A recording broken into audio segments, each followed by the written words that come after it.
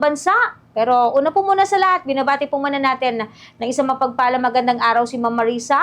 Ang inyo po munang pagbate sa ating mga listeners and viewers. Good morning po sa inyo, Ma'am. Good morning, Bombo.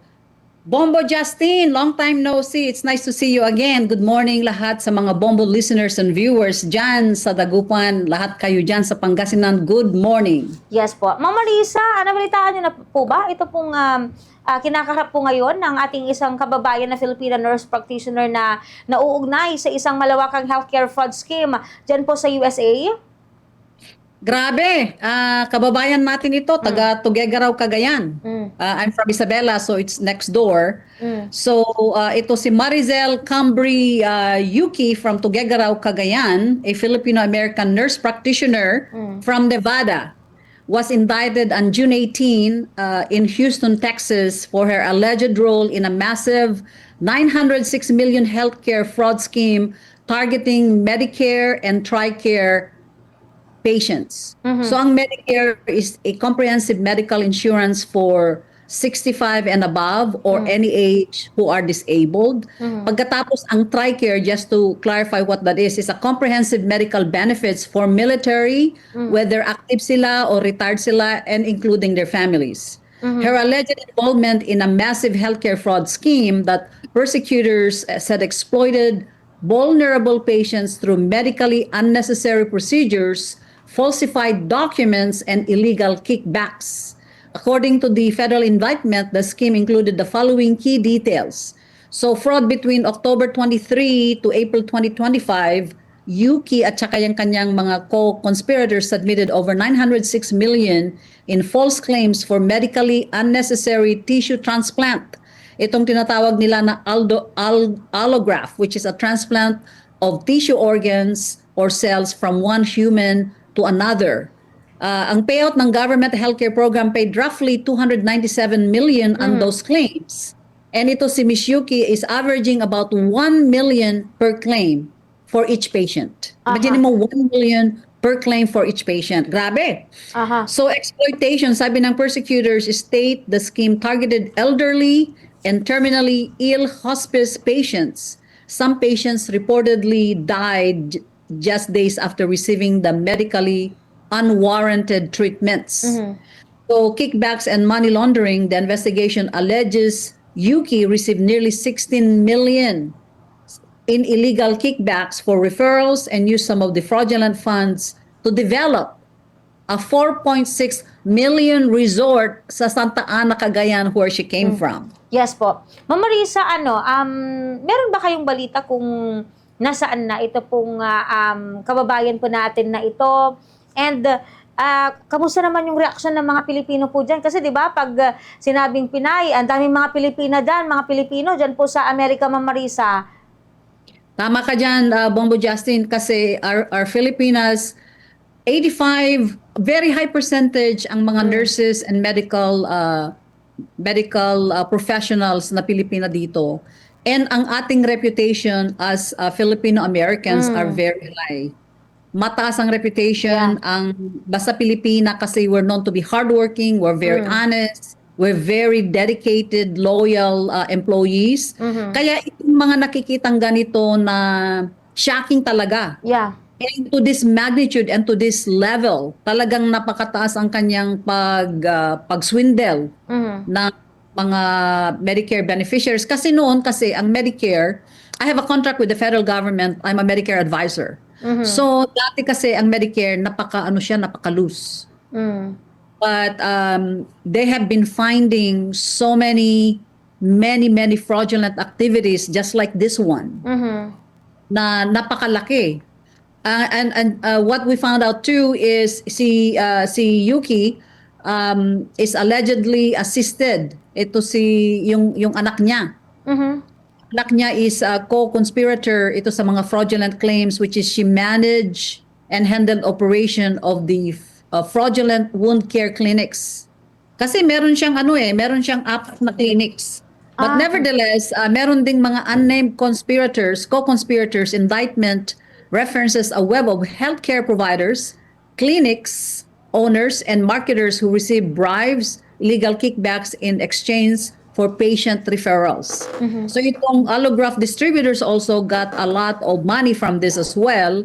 At saka ang mga family-controlled shell companies, kickback network, utilize specific entities for funnel and conceal approximately about 16 million according to federal prosecutors.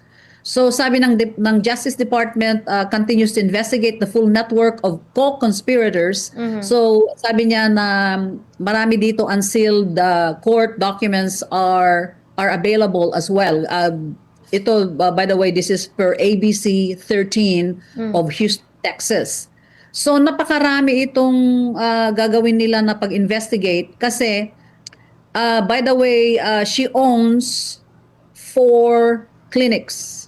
Sabi na dito na indictment filed on June 18 at Southern Texas states that Yuki owned and managed 4 wound care companies called Wound Medic LLC, My Best Health First LLC, All Care Mobile Wound Treatment LLC, Oral Wound Treatment LLC operating in Texas, Nevada, California, and Hawaii. Napakarami ang kanyang fraudulent activity sa California because California is such a huge state. And Hawaii, tinarget niya ito yung mga mamahalin. So she's really, really smart. But the bad news is kung she will be found guilty, she will get the maximum that this kind of activity requires. So about a maximum penalty up to 20 years in a federal prison. Tapos yung kanyang illegal kickback convictions will carry a statutory maximum between 5 to 10 years in prison per count. Pagkatapos itong money laundering din niya, maximum penalty is between 10 to 20 years per count. In addition, sabi to potential prison time, Yuki faces federal financing penalties including asset forfeitures.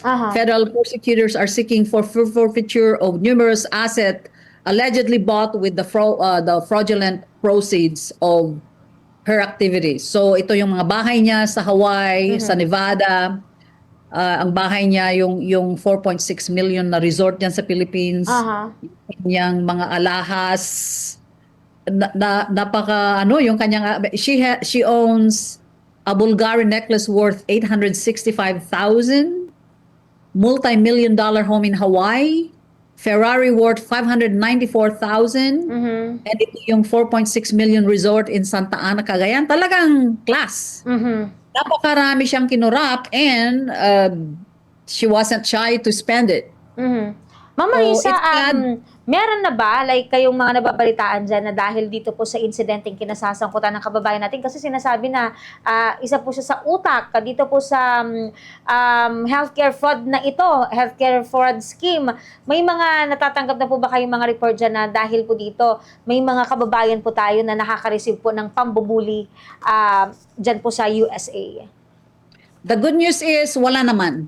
Kasi ang marami tayong mga nurses dito, no? Tsaka I'm surrounded with a lot of medical doctors. I work with them, specialists as well. As a matter of fact, I attend some of their my exclusive parties nila because ang reputation ng Filipino-American here is very high. It is normal to have 1% of the population na ganito. But wala naman tayong, like, we have nothing but yung mga respect sa ating mga Filipino medical workers because they're so dedicated and they're so sincere in giving good service to their patients. So far wala naman. Sometimes it just a discussion, but we know that any kind of nationality will always have good people, but a few people that are bad. But so far very good. Ang reputation ng Filipino-American professionals here are treated very highly. Lalo na, Ma'am Marisa, yung mga nabanggit po ninyong maaari po niyang kaharapin na kung kapag siya po ay mapatunayan na guilty sa kanitong dito po sa scheme po na ito, pag pinagsama-sama mo yan, baka makulong na po siya life imprisonment, Ma'am Marisa. Correct. Tama ka dyan, Bombo Justin. At saka, she will be paying back. Sigurado itong mga asset niya will be frozen. And she will be paying back Medicare and TRICARE for all the monies that she swindled. So, But dito sa Amerika, we consider her innocent until proven guilty. But for her to be indicted, they have been watching her and they have solid evidences. Hindi ito ma-indict na walang solid evidences for her to be in this situation.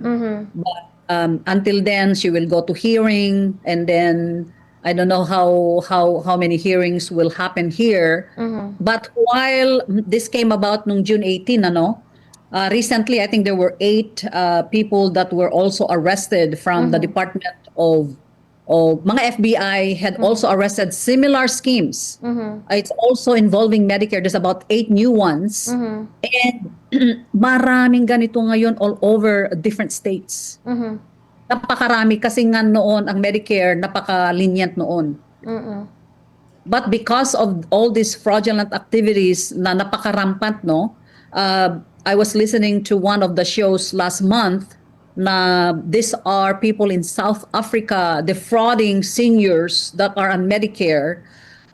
These people from South Africa, and this is a totally different scenario, is that they're driving Bulgari, McLaren, they're living in mansions because they target talaga itong mga matatanda na, medyo siguro malito siya when they're talking to people over the phone. Yeah. Maraming and the good news now is our federal government, our FBI are on top of all these fraudulent activities because napakarami itong mga fraudulent na activities. Ang mga benefits ngayon ng Medicare has to be cut. Ang dami ngayon dito sa Oregon alone, we have about maybe 3 to 4 companies that are closing. Kasi wala nang pera. Nagkakaroon ng mga pay cut dahil nalulugi dahil itong sa mga fraudulent activities na ganito. So it really hurts the people that needs it the most, which is the elderly and the vulnerable. And the military, our military community, it's important that they have good comprehensive benefits. Kung nagkakaroon ng ganitong mga fraud schemes, syempre yung kanilang budget na nababawasan. So ang kanilang services nababawasan din. So at the end of the day, ang magsasuffer dito are our US citizens that deserve all the services that they are allowed. Pero dahil sa activity na ganito, and it's a shame, to get some of our kababayan na is involved in such, medyo nakaka-disappoint. Yes po. Ma'am Marisa, baka meron po kayong mga panawagan kasi even yung lugar kung taga saan si Ma'am Maricel dito po sa Pilipinas, humingi sila ng pangunawa at nananawagan na wag antayin yung isinasagawang investigasyon dito po sa kinakaharap na kaso ng ating kababayan po dyan sa Amerika. Go ahead po, Ma'am Marisa. So itong mga kababayan, si Marizel Cambri Yuki from Tuguegarao, Cagayan, with all the indictments and the alleged accusations of fraudulent activity sa Amerika, she's considered innocent until proven guilty. So the court process will go through, and if she will be found guilty, the penalties are going to be substantial and very stiff. Kung she will be found innocent, then she will be free. But it's rather sad na we have kababayan that will be involved in such a big amount of fraudulent scheme. So I don't know if you've heard, but while we were talking about this Filipina lady, there's also FBI also captured a fugitive fraudster Herbert Leon Kimball in the Philippines, brought him back to the US after he ran a 1.2 billion Medicare fraud scheme din. So ang nangyari din ito sa kanya, Kimball did run a call center sa Philippines, also defrauding Medicare patients. And he was running this from a long time. So nung nalaman na FBI was looking for him sa US, he left for the Philippines.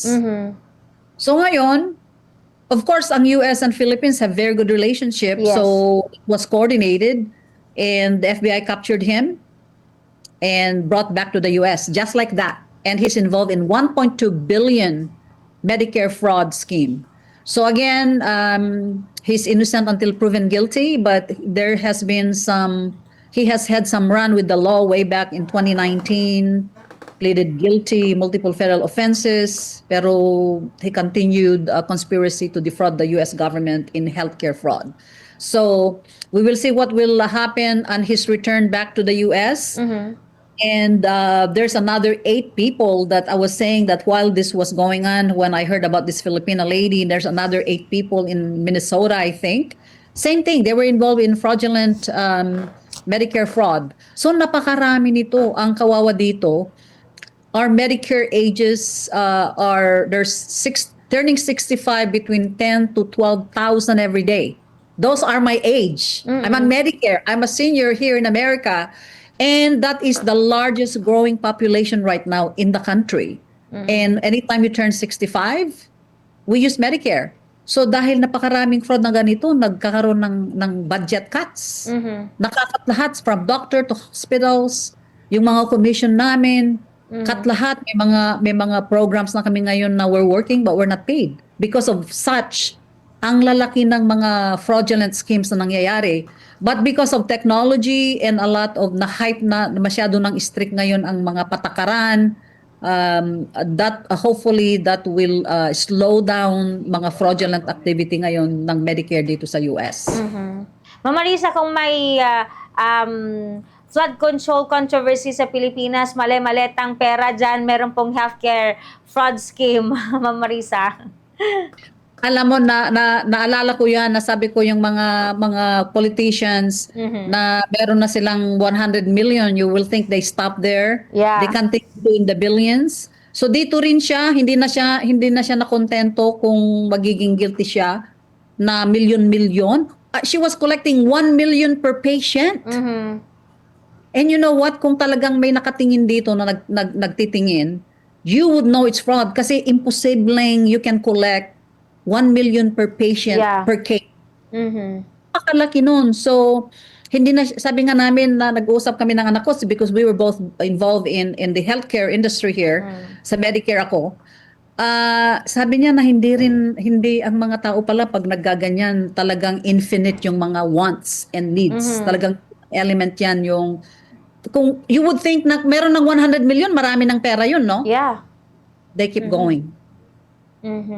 Yan. Ma'am Marisa, maraming salamat sa muling paglalaan niyo ng inyong oras sa ating palatuntunan. Mag-iingat po kayo dyan and God bless, Ma'am Marisa.